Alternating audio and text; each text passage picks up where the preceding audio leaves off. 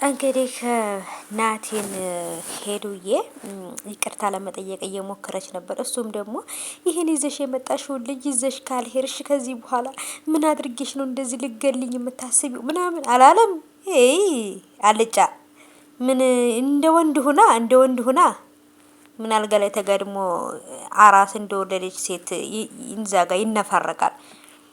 አንተ ደግሞ ኪራ ደግሞ ዞር በል ከጣገቧ። ምን ነው ሸዋ አሁን እኮ በነገራችን ላይ ማለት ነው ሄሉን ነው ጥፋተኛ እያደረጉ ያሉት ሁሉም ማለት ነው። እንዴት ጭራሽ ደግሞ ታሞ ተኝቶ እያለ ወንድ ይዘሽ ትመጫለሽ አላለም መሰላችሁ ኪራ? ይሄ እኮ በቃ ጓደኛዋ ነው። ምክንያቱም እነሱ በጣሏት ጊዜ ከጎኗ የሆነ አይዞሽ ይሄም ያልፋል እያለ እያበረታታት የነበረ ጓደኛዋ ነው እንጂ ፍቅረኛዋ አይደለም እንዴ። ሌባ እናት ልጇን አታምንም አሉ። ራሱ ሌባ ስለሆነ ናቴ ማለት ነው በቃ እሷም እንደሱ ሌባ ነው የምትመስለውና ስለዚህ ናቲ ምንም ስላልሆነና እንግዲህ ስለተረፈም እንደዚህ ስለሆነ በጣም ደስ ብሎኛል። ምክንያቱም የሆነ ነገር ቢሆን እሷ ትጸጸታለች፣ ራሷን ትጎዳ ነበረ። እሱን ለማናገር እየሞከረች ነው። ግን ደግሞ ሁሉም ይችም ልጅቷም እነ ኪራም በቃ ብዙዎቹ ናቲ ጋራ ብቻዋን ሆና እንድታወራ እየፈለጉ አይደለም እና በጣም ነው ግራ የሚያጋቡት።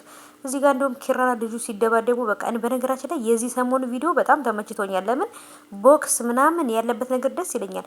እና ደግሞ ማለት ነው ሻሻ አስተሳሰራቸው ግን ዶክተሮቹ ትክክል አይደሉም። ቤተሰቦች ለምን ልጁ እኮ እዚህ ፊት ለፊቱ ግንባሩ ሳይሆን ከጀርባ ነው የተመታው። ሻሹ ለምንድን ነው ታዲያ እዚህ ግንባሩ ላይ የተደረደረው? እኔ ፈጣሪ ደሊ እኮ ፈታ ዘና እኮ ነው የሚያደርጉኝ ማለት ነው። የተመታው ልጁ ከኋላ ነው፣ ግን ደግሞ የታሽገው ከፊት ለፊት ነው። ይመቻችሁ አቦ ሄሉ ያትና ልጅ ባክሻ ይዞሽ እንሂድ።